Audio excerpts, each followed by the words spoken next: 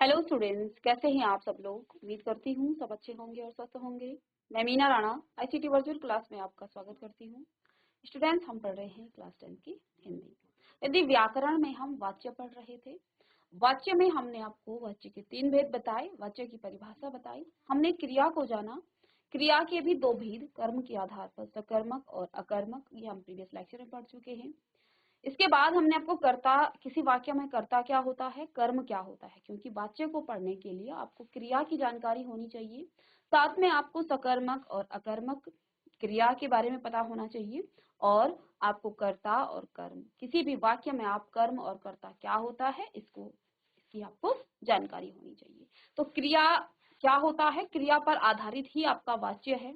क्रिया जिस शब्द से किसी काम के होने का बोध होता है उसे हम क्रिया कहेंगे, और सकर्मक क्रिया जिसमें कर्म की प्रधानता भी हो, जिसमें जो कर्म की प्रधानता, देखिए सबसे पहले किसी वाक्य में जब काम होता है तो कर्ता काम को करता है, तो करने वाले पर काम का प्रभाव तो पड़ता ही है, साथ में अगर कर्म पर भी प्रभाव पड़े तो वो आपका सकर्मक होता है।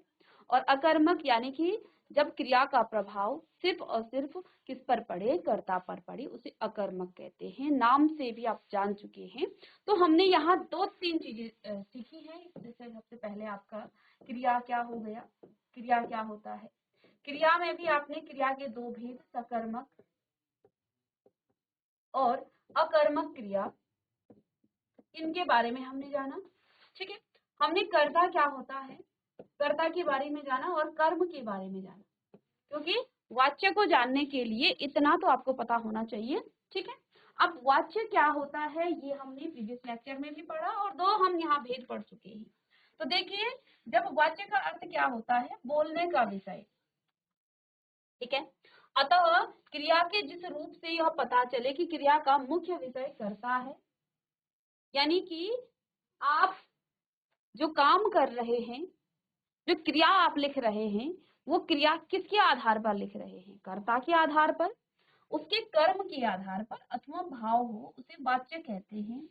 जैसे मैंने पत्र लिखा, मैंने पत्र लिखा, तो ये जो है आपका क्या है, कर्ता है। और क्या लिखा, पत्र लिखा। अब देखिए, मैंने शब्द यहाँ पर एक वचन है। ठीक है, तो ये जो है लिखा शब्द किसके लिए, किसकी प्रधानता है, मैंने की, क्योंकि इसी के आधार पर इसका क्रिया भी लिखा गया है। यह कविता उसके द्वारा लिखी गई है, यह कविता उसके द्वारा लिखी गई है। ठीक है, अब यहाँ पर ये जो कविता है, यह कविता उसके द्वारा लिखी गई है। यहाँ पर उसके कर्ता है। ठीक है, क्या है ये, कर्ता है, लेकिन इसमें उसके शब्द की प्रधानता नहीं है, यहाँ पर कविता की प्रधानता है। यह कविता उसके द्वारा लिखी गई है, कविता आपकी क्या है, स्त्रीलिंग में है। ठीक है, तो इसी के आधार पर आगे इसको आप समझेंगे। मुझसे चला नहीं जाता है, मुझसे चला नहीं जाता है, तो यहाँ पर देखिए, ना तो यहाँ पर कर्ता की प्रधानता है। अब इसको आप डिटेल में पढ़ेंगे ना, तब आपको ये उदाहरण आपको समझ में तब आएंगे, जब हम इसके भेदों को पढ़ लेंगे, फिर आप इन तीनों ही उदाहरणों को समझ पाएंगे। मुझसे चला नहीं जाता है, तो प्रॉपर यहाँ पर मुझसे शब्द के लिए ये क्रिया प्रयोग नहीं की गई है, ये भाव है। चला नहीं जाता है, ये प्रॉपर कोई काम नहीं है, ये भाव है, क्रिया का भाव है। मुझसे चला नहीं जाता है, मुझसे खाया नहीं जाता है, मुझसे पढ़ा नहीं जाता है। ठीक है, तो ये भाव की बात हो रही है यहाँ पर। तो क्रिया किसके आधार पर लिखी गई है, भाव के आधार पर। ठीक है, तो ये आपको क्या बता रहा है, भाव के बारे में बताया है। ठीक है, फिर हमने वाच्य के भेद बताए हैं आपको, कर्तृवाच्य और अकर्तृवाच्य। कर्तृवाच्य क्या होता है, जिसमें कर्ता की प्रधानता होती है। ठीक है, जब क्रिया का मुख्य विषय कर्ता हो, अर्थात जब क्रिया का संबंध किससे हो, कर्म और भाव से न होकर कर्ता से होता है, तो वह आपका वाच्य क्या कहलाता है, कर्तृवाच्य कहलाता है। अब यहाँ से आप समझ पाएंगे अच्छे से उदाहरणों को, क्योंकि यहाँ पर्टिकुलर हम कर्तृवाच्य के बारे में पढ़ रहे हैं। यहाँ क्रिया के लिंग, वचन और पुरुष भी कर्ता के अनुसार ही लगाए जाते हैं। तो ये जो यहाँ से यहाँ तक लिखा है ना कि क्रिया के लिंग, जो क्रिया का लिंग होगा, वचन होगा और पुरुष होगा, वो किसके आधार पर होगा, वो कर्ता के आधार पर होगा, वो कर्ता के आधार पर होगा। यानी कि कर्ता का जो लिंग है वही क्रिया का भी लिंग होगा, कर्ता का जो वचन है वही आपकी क्रिया का भी वचन होगा। अब उदाहरण में देखिए, राम सोता है, तो यहाँ पर आपको कर्म तो नहीं दिख रहा है, राम सोता है। हमने कहा राम सोता है, तो राम आपका कर्ता है। अब ये आपकी क्रिया है, सोता है ये क्रिया है। राम आपका एक वचन में है, राम आपका क्या है, पुल्लिंग है। अब यहाँ पर जो क्रिया लगाई गई है ये राम के आधार से ही लगाई गई, राम के अनुसार ही लगाई गई है। राम एक वचन में है तो क्रिया भी आपकी एक वचन में है। सोता है ये एक वचन को बता रहा है और ये बता रहा है पुल्लिंग को। तो यहाँ पर हमने जो क्रिया लगाई वो कर्ता के अनुसार लगाई। बच्चा खेलता है, तो बच्चा एक वचन में है और ये आपका क्या है, पुल्लिंग को बता रहा है। तो इसी के आधार पर इसकी क्रिया भी लगाई गई है, इसको हम समझ भी चुके हैं। इसको मैं दूसरे तरीके से इस तरह से बता दूं, तो देखिए यहाँ पर वाच्य के 3 भेद बताए गए हैं। तो जो 3 भेद है ना, जो अकर्तृ वाच्य हैं वो अकर्तृ वाच्य, इन ये जो 2 भाववाच्य और कर्मवाच्य हैं ये अकर्तृ वाच्य के ही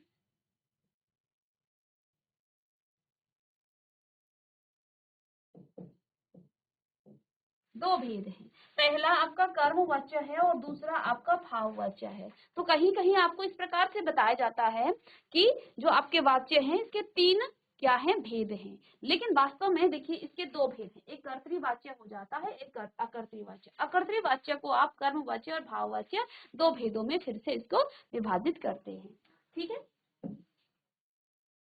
तो यहाँ पर आप देखिए, अब यहाँ पर आपको क्या बताया है, जो कर्तृवाच्य है उसमें क्रिया का मुख्य संबंध कर्ता के साथ होता है। इस कर्मवाच्य में क्रिया का मुख्य संबंध कर्म के साथ होता है और भाववाच्य में इसका जो मुख्य संबंध है वो भाव के साथ होता है, यानी क्रिया खुद ही मुख्य हो जाती है। यहाँ पर न कर्म का न कर्ता का यहाँ पर जो है मुख्य क्या होता है, यहाँ पर वो जो है प्रधान नहीं होती है, बल्कि क्रिया स्वयं क्या होती है, यहाँ पर प्रधान होती है। तो इसको भी आप लिख लेंगे कि कर्तृवाच्य में क्रिया का मुख्य विषय या संबंध कर्ता के साथ, कर्म में इसका संबंध कर्म के साथ और यहाँ भाव के साथ। ठीक है, ये 3 जो भेद हैं ये भाव, कर्ता और कर्म के साथ इसका संबंध होता है। ठीक है, यहाँ कर्तृवाच्य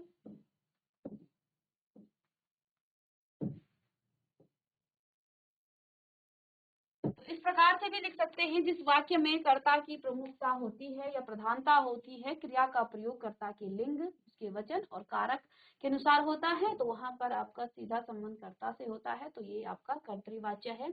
जैसे यहाँ आप देख सकते हैं, इसको आप इस प्रकार से लिखें, मोहन फल खाता है, तो यहाँ मोहन कर्ता है, एक वचन और पुल्लिंग में है, खाता है ये आपका क्या है, क्रिया है।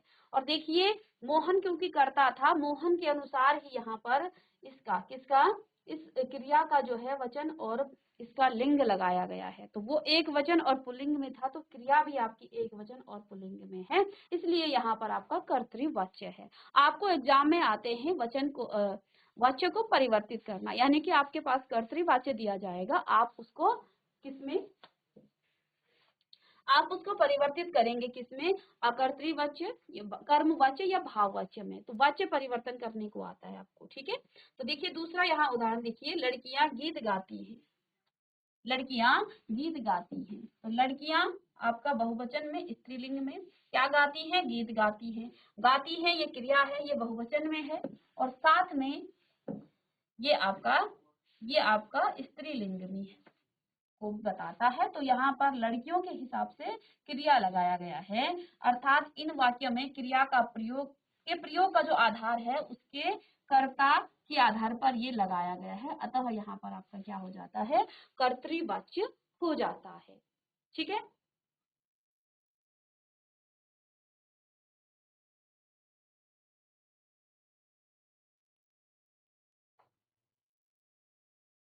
अब देखिए कर्तृवाच्य में सकर्मक और अकर्मक दोनों हो सकते हैं। क्या लिखा है, जो कर्तृवाच्य है इसके कुछ महत्वपूर्ण तथ्य हैं कि कर्तृवाच्य में अकर्मक और सकर्मक दोनों प्रकार की क्रिया का प्रयोग किया जा सकता है। सकर्मक और अकर्मक आप जानते ही हैं, ठीक है। जैसे बच्चा धीरे धीरे चलता है, बच्चा धीरे धीरे चलता है, तो यहाँ पर आपको कर्म नहीं दिख रहा है। चलने का जो प्रभाव है वो किस पर पड़ेगा, बच्चे पर पड़ेगा, अकर्मक, यहाँ कर्म नहीं है। सूरज आम खा रहा है, सूरज आम खा रहा है, तो यहाँ पर क्या खा रहा है, सूरज खा रहा है आम, तो ये आपका कर्म है, इसको सकर्मक कहा जाता है। तोता आम खा रहा है, तो ये भी आपका सकर्मक है। शालिनी बुन रही है, शालिनी बुन रही है, ये भी यहाँ पर आपका कर्म भी है, बुन रही है। ठीक है, तो ये आपका यहाँ पर कर्म नहीं है, तो ये आपका अकर्मक हो जाएगा। तो ये जो कर्तृवाच्य है ये आपका सकर्मक भी हो सकता है और अकर्मक भी हो सकता है। ठीक है, तो दो प्रकार की क्रियाएं आप जानते हैं कर्म के आधार पर, सकर्मक और अकर्मक। सकर्मक जिसमें कर्म होता है उसे सकर्मक, अकर्मक जिसमें कर्म ना हो उसे अकर्मक क्रिया कहा जा सकता है। ठीक है, क्या कहते हैं। दूसरा पॉइंट यहाँ पर क्या कहा है कि कर्ता ने अपनी सामर्थ्य या क्षमता दर्शाने के लिए सकारात्मक वाक्यों में क्रिया के साथ सक के भिन्न रूपों का प्रयोग किया जा सकता है। मैं फ्रेंच पढ़ लिख सकता हूँ। ठीक है, तो यहाँ पर सक शब्द का प्रयोग किया गया है। ठीक है, पढ़ सकता हूँ, तो देखो यहाँ पर कर्ता जो है अपनी सामर्थ्य के अनुसार, अपनी सामर्थ्य या क्षमता दर्शाने के लिए सकारात्मक वाक्यों में, यहाँ नकारात्मक नहीं बल्कि सकारात्मक वाक्यों में क्रिया के साथ वो सक के विभिन्न रूपों का प्रयोग कर सकता है। जैसे यहाँ पर उसने क्या कहा कि मैं फ्रेंच पढ़ लिख सकता हूँ, तो वो अपनी क्षमता बता रहा है, अपनी सामर्थ्य बता रहा है। कौन, मैं यहाँ पर क्या है, ये आपकी कर्ता है। तो इसी के आधार पर यहाँ पर हमने सकता हूँ ये शब्द क्या है, ये आपका किसके लिए किया गया है, मैं के लिए प्रयोग किया गया है। ठीक है, तो वो अपनी सामर्थ्य और अपनी क्षमता को बता रहा है। यह कलाकार फिल्मी गीतों के अलावा लोक गीत भी गा सकता है। तो यह जो कलाकार है ये क्या है, यहाँ पर कर्ता है। ठीक है, तो ये अपनी क्षमता और अपनी सामर्थ्य को बताने के लिए सकता शब्द लगा सकता है, यहाँ पर ये भी लगाया जाता है। साथ में ऐसा सुंदर स्वेटर सुमन ही बना सकती, यहाँ बन सकती नहीं, बना सकती है।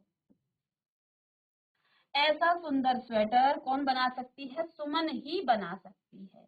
तो यहाँ पर कौन, किसके लिए, सुमन के लिए कहा गया है, क्या, बना सकती है। तो ये भी यहाँ सामर्थ्य को बताया जा रहा है।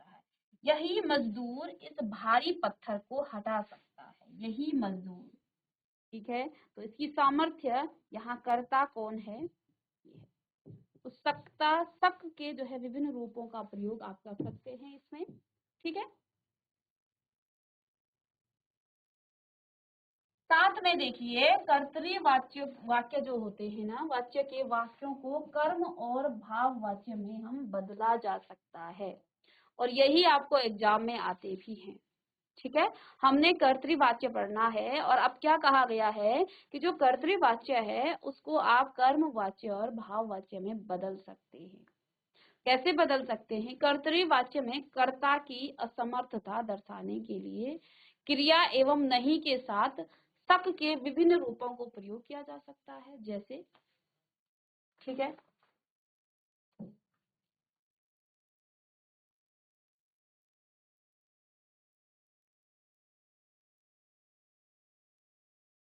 मैं चीनी भाषा नहीं लिख सकता हूँ। यह मोटा आदमी तेज नहीं दौड़ सकता है। ठीक है, बच्चे आज खेलने बाहर नहीं जा सकते। अब वाच्य परिवर्तन हम बाद में पढ़ेंगे। इसके बाद आपका आता है कर्म वाच्य दूसरा, इसको आप पढ़ भी चुके हैं लेकिन इसको रिवीजन के साथ हम पढ़ेंगे। कर्म वाच्य, जिस वाक्य में कर्म की प्रधानता होती है, यहाँ पर कर्म की प्रधानता होती है, किसकी, कर्म की प्रधानता होती है, तथा क्रिया का जो प्रयोग है वो कर्म के लिंग, वचन और पुरुष के अनुसार होता है, और कर्ता की जो स्थिति है, स्थिति में स्वयं कर्म होता है, वहां कर्म वाच्य होता है। उदाहरण यहाँ से आप समझ लेंगे। नीचे देखिए क्या लिखा है, यह कहानी मेरे द्वारा लिखी गई है, तो यह कहानी, कहानी यहाँ पर आपका कर्म है, कर्म एक वचन स्त्रीलिंग में है, मेरे द्वारा ये करता है, ये पुल्लिंग में है, लेकिन लिखी गई ये जो क्रिया है ये आपका कर्म के आधार पर यहाँ पर लगाई गई है, इसलिए यहाँ पर आपका कर्मवाच्य हो जाता है। फिर देखिए दूसरा उदाहरण, मालिन द्वारा हार बनाया गया। तो मालिन द्वारा, किसके द्वारा? मालिन द्वारा हार बनाया गया, ठीक है, हार बनाया जाता है। तो ये जो द्वारा शब्द है ये इस कर्ता की प्रधानता को कम करता है। हमने क्या कहा कि कर्म वाच्य में कर्ता की जो प्रधानता है या तो वो लुप्त हो जाती है या फिर ये गौण हो जाता है, यानी कि इसके द्वारा, यानी इसको जो है ये प्रभाव को कम कर रहा है। हार बनाया जाता है, यहाँ पर किसको ज्यादा फोकस किया गया है, किसको ज्यादा, किसके आधार पर क्रिया यहाँ पर प्रयोग की गई है? हार बनाया जाता है। तो हार यहाँ पर आपका कर्म है और ये एक वचन और पुल्लिंग में है। इसी प्रकार से आपका जो ये क्रिया है ये एक वचन और पुल्लिंग में है, इसलिए यहाँ पर आपका कर्ता के अनुसार इस क्रिया का प्रयोग, कर्म के अनुसार इसकी क्रिया का प्रयोग हुआ है। देखिए उपयुक्त वाक्य में क्रिया का प्रयोग कर्ता के अनुसार ना होगा, किसके? कर्म के अनुसार हुआ है। यहाँ पर कर्ता की प्रधानता नहीं है बल्कि कर्म की प्रधानता है, इसलिए ये आपका कर्मवाच्य है। कुछ और उदाहरण भी आप यहाँ से देख लें। मोहन के द्वारा लेख लिखा जाता है, लेख लिखा, अब ये द्वारा शब्द के द्वारा, ये द्वारा शब्द मोहन की प्रधानता को कम कर रहा है, लेख पर ज्यादा फोकस किया गया है। तो यहाँ क्रिया किसके आधार पर लिखी गई है? लेख के लिए, ठीक है। हलवाई द्वारा मिठाइयां बनाई जाती हैं। तो यहाँ हलवाई द्वारा, द्वारा शब्द क्या कर रहा है? आप देख पा रहे हैं कि कर्म वाच्य में उदाहरणों में द्वारा शब्द के द्वारा, द्वारा शब्द सभी जगह आ रहा है। तो द्वारा शब्द देख करके आप पहचान सकते हैं वाक्य को कि ये आपका कर्म वाच्य है। चित्रकार द्वारा चित्र बनाया जाता है, तो द्वारा शब्द ये फिर से आप चित्र की प्रधानता बता रहा है। यहाँ पर आपका जो क्रिया प्रयोग हो रहा है वो कर्म के आधार पर, चित्र बनाया जाता है। तो क्रिया किसके लिए यहाँ पर लिखी गई है? चित्र के लिए। यहाँ क्रिया मिठाई के लिए लिखी गई है।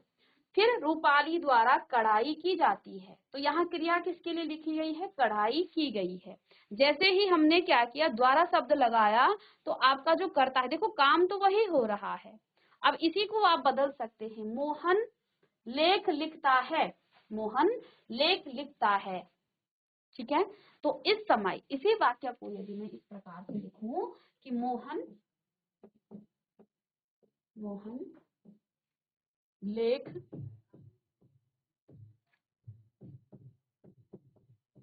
लिखता है, यदि हम इसको ऐसे लिखें कि मोहन लेख लिखता है, तो यही वाक्य आपका क्या हो जाएगा? कर्तृवाच्य हो जाएगा, क्योंकि यहाँ पर जो क्रिया लिखी गई है वो मोहन के अनुसार लगाई गई है, ठीक है। तो ये कर्तृवाच्य है, लेकिन इसी में हमने यदि मोहन के द्वारा लेख लिखा जाता है, अब जो क्रिया है वो लेख के लिए प्रयोग की गई है। यहाँ पर कर्म की प्रधानता है, ना कि किसकी? ना कि कर्ता की। के द्वारा शब्द लगा करके हमने कर्ता की प्रधानता को कम कर दिया है, उसको गौण कर दिया है, ठीक है ना। हलवाई द्वारा, हलवाई मिठाई बनाता है, ये आपका किस में आ जाएगा? ये आपका कर्तृवाच्य में आ जाएगा। और हलवाई द्वारा मिठाई बनाई जाती है, ये कर्मवाच्य में आ जाएगा।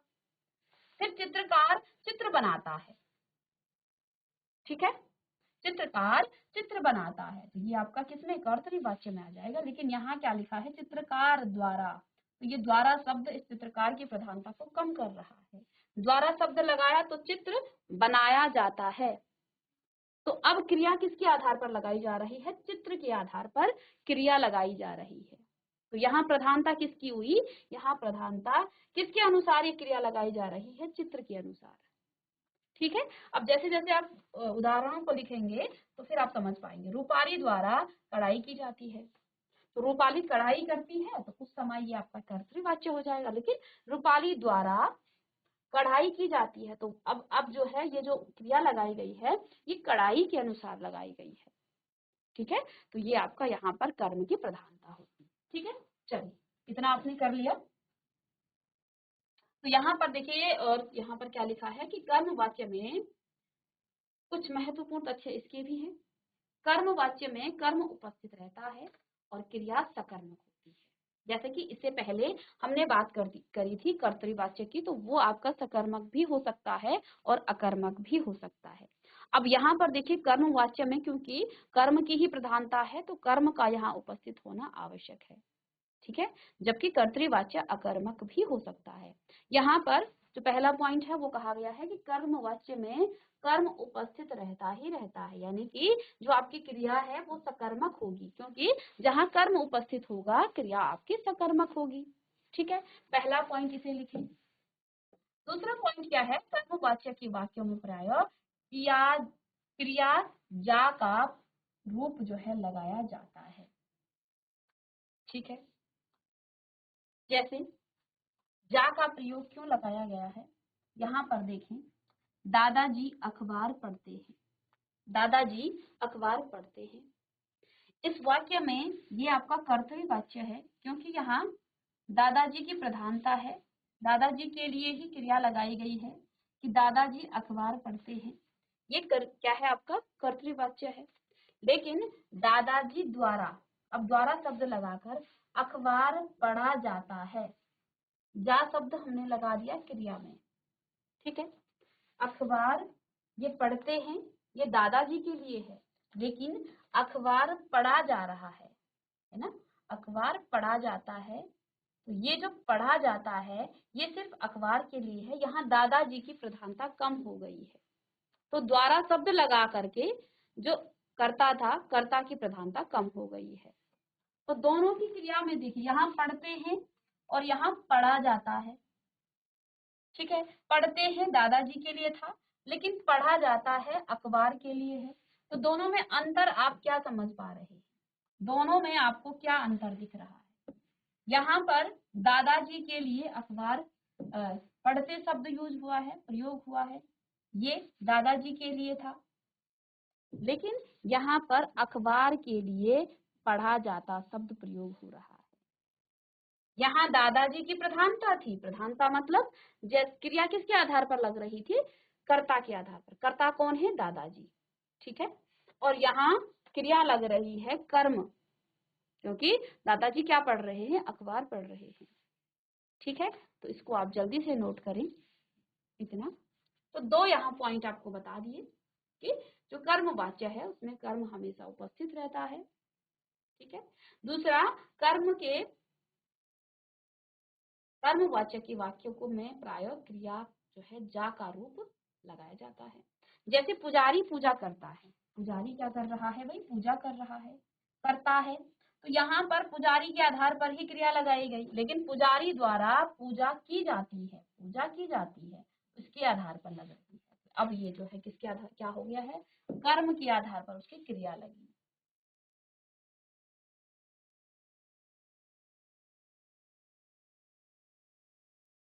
फिर तीसरी बात यहाँ पर क्या कही है कि इस वाक्य में कर्ता के बाद जो करता है, एक तो से लगाया जाता है या फिर के द्वारा का प्रयोग किया जाता है। जो कर्म वाच्य है उसमें कर्ता के बाद या तो से लगा देंगे या तो के द्वारा लगा देंगे। ठीक है, जैसे तुलसीदास द्वारा रामचरितमानस की रचना की गई, कर्ता भी है तुलसीदास जी और प्लस द्वारा यहाँ लगा दिया। ठीक है, कर्ता कौन है, तुलसीदास, किसने लिखी, रामचरितमानस, तुलसीदास जी द्वारा, और धन उसमें हमने कर्ता को जोड़ दिया है, तो उसके बाद कर्ता लगा, द्वारा लगा दिया। ठीक है, नौकर से गिलास टूट गया, तो कर्ता नौकर है जिसने गिलास तोड़ा, अब उसके बाद हमने से लगा दिया है, तो ये भी यहाँ पर आ जाता है। ठीक है, तो इन पॉइंट्स को भी लिखें। कभी कभी कर्ता का लोप हो रहता है, ऐसा नहीं है हर बार आपको कर्ता दिखे। जैसे पेड़ लगा दिए गए हैं, पेड़ लगा दिए गए हैं, अब किसने लगाया ये आपको पता ही नहीं है, तो यहाँ पर आपका कर्ता का लोप है, कर्ता आपको दिख ही नहीं रहा है। तो यहाँ पर क्या कहा, कभी कभी कर्ता का लोप रहता है, जैसे पेड़ लगा दिए गए हैं, पत्र भेज दिया गया है, कौन किसने भेजा उसका नहीं पता, तो यहाँ पर आपका कर्ता का लोप रहता है। तो ऐसा भी होता है कि कभी कभी आपको कर्ता दिखे ही नहीं। कर्मवाच्य में असमर्थता सूचक वाक्यों में के द्वारा के स्थान पर से का प्रयोग किया जाता है। जहां पर असमर्थता हो ऐसा केवल नकारात्मक वाक्यों में किया जाता है, जैसे कि मुझसे अंग्रेजी नहीं बोली जाती है, मजदूर से यह भारी पत्थर नहीं उठाया जाता है। तो क्या कहा है कि कर्म जो वाक्य है में असमर्थता सूचक वाक्यों में, यानी कि असमर्थता यानी कि उससे जो हो नहीं रहा है काम, उसके लिए के द्वारा या फिर से का प्रयोग किया जाता है। जैसे मुझसे क्या अंग्रेजी नहीं बोली जाती है, तो यहाँ पर नकारात्मक वाक्य बता रहा है वो कि मुझसे नहीं बोली जाती है, यहाँ उसने से लगा दिया। मजदूर से फिर से यह भारी पत्थर नहीं उठाया गया है। इसके अलावा कर्मवाचक का जो प्रयोग है वो निम्नलिखित स्थानों पर भी किया जाता है, जैसे कार्यालयी या कानूनी प्रयोग में, जैसे हेलमेट न पहनने वालों को दंडित किया जाएगा, चालान घर भिजवा दिया जाएगा। ठीक है। फिर अशक्तता दर्शाने के लिए, जैसे अब दवा भी नहीं पी जाती। ठीक है। अब तो रोटी भी नहीं चबाई जाती है। और जब सरकार या सभा, ठीक है, तो इसको आप रहने दें फिलहाल। आप इसके जो कुछ पॉइंट्स बताए हैं, कुछ महत्वपूर्ण जो तथ्य यहाँ पर बताए हैं, उनको आप ध्यान दीजिए। कर्म वाक्य में कर्म उपस्थित रहता है, इसलिए इसको सकर्मक क्रिया कहलाया। इसमें जो है सकर्मक क्रिया होती है। इसमें जा का प्रयोग या क्रिया पर जो है जा का रूप लगाया जाता है, जैसे दादाजी द्वारा अखबार पढ़ा जाता है, तो क्रिया में जा शब्द लगाया गया है। पुजारी पूजा करता है, पुजारी द्वारा पूजा की जाती है, जा शब्द लगाया गया क्रिया में। तीसरा वाक्य यहाँ पर इस वाक्य में कर्ता के बाद से या के द्वारा का प्रयोग किया जाता है, जैसे हमने तुलसीदास द्वारा रामचरितमानस की रचना की गई। कर्ता आपका तुलसीदास है, इसके बाद हमने कर्ता के बाद द्वारा लगा दिया। नौकर से गिलास टूट गया, नौकर से गिलास टूट गया, तो नौकर आपका कर्ता है और इसके बाद से लगा दिया। ठीक है। और यहाँ पर एक और इम्पोर्टेंट है कि कभी कभी कर्ता का लोप भी रहता है, ऐसा नहीं है हर बार आपको कर्ता दिखे ही दिखे। तो यहाँ पर जैसे पेड़ लगा दिए गए हैं, तो किसने लगाए पेड़, इसका कोई पता नहीं है, यहाँ कर्ता का लोप है। ठीक है। तो यहाँ पर पेड़ लगा दिए गए हैं, पेड़ आपका कर्म है। साथ में पत्र भेज दिया गया है, तो पत्र आपका क्या है, कर्म है, यहाँ कर्ता नहीं है। ठीक है। तो यहाँ पर ये आपका कर्मवाच्य हो जाएगा। ठीक है। इसके बाद नेक्स्ट है आपका थर्ड भाववाच्य। देखिए भाववाच्य क्या होता है इसके बारे में जानते हैं। तो इस वाक्य में कर्ता अथवा कर्म की नहीं बल्कि भाव अर्थात क्रिया के अर्थ की प्रधानता होती है। यहाँ भाव की प्रधानता होती है या फिर क्रिया का अर्थ क्या निकल रहा है। अब देखिए उदाहरण में मरीज से उठा नहीं जाता है, मरीज से उठा नहीं जाता है, तो देखिए मरीज आपका क्या है, कर्ता है। उठा नहीं जाता है ये आपकी क्रिया है। और क्रिया देखिए क्रिया भी किस प्रकार की है, क्रिया किसके आधार पर लगी, मरीज के आधार पर नहीं, यहाँ पर भाव है। उठा नहीं जाता है ये एक भाव है। साथ में देखिए पहलवान से दौड़ा नहीं जाता है, ये पहलवान के लिए नहीं बल्कि ये भाव यहाँ पर प्रकट किया गया है कि पहलवान से दौड़ा नहीं जाता, तो ये भाव प्रकट किया जा रहा है। यहाँ पर आपको ना तो कर्ता के आधार पर ये क्रिया लगाई गई है, ना ही ये कर्म के आधार पर लगाई जाएगी। तो ये है आपका भाववाच्य। तो भाववाच्य को लिखिएगा और इसके भी कुछ महत्वपूर्ण तथ्य हैं जो आप जरूर लिखें कि इस वाक्य में प्रायः नकारात्मक वाक्य होते हैं। आप इन दोनों वाक्यों को देखिए, मरीज से उठा नहीं जाता है, नहीं शब्द नकारात्मकता को बता रहा है। ठीक है। पहलवान से दौड़ा नहीं जाता है, फिर से नहीं शब्द है और ये भी नकारात्मक वाक्यों को बताता है, नकारात्मक बात को बता रहा है।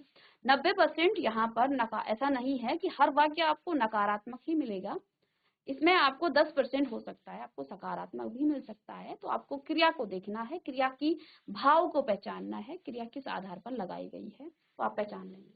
ठीक है। तो ये जो वाक्य है इसमें लगभग आपको 90% वाक्य आपको किस प्रकार के मिलेंगे, नकारात्मक मिलेंगे। भाववाच्य में अकर्मक क्रिया का प्रयोग होता है। भाववाच्य में आपको अकर्मक यानी कि यहाँ आपको कर्म नहीं मिलेगा।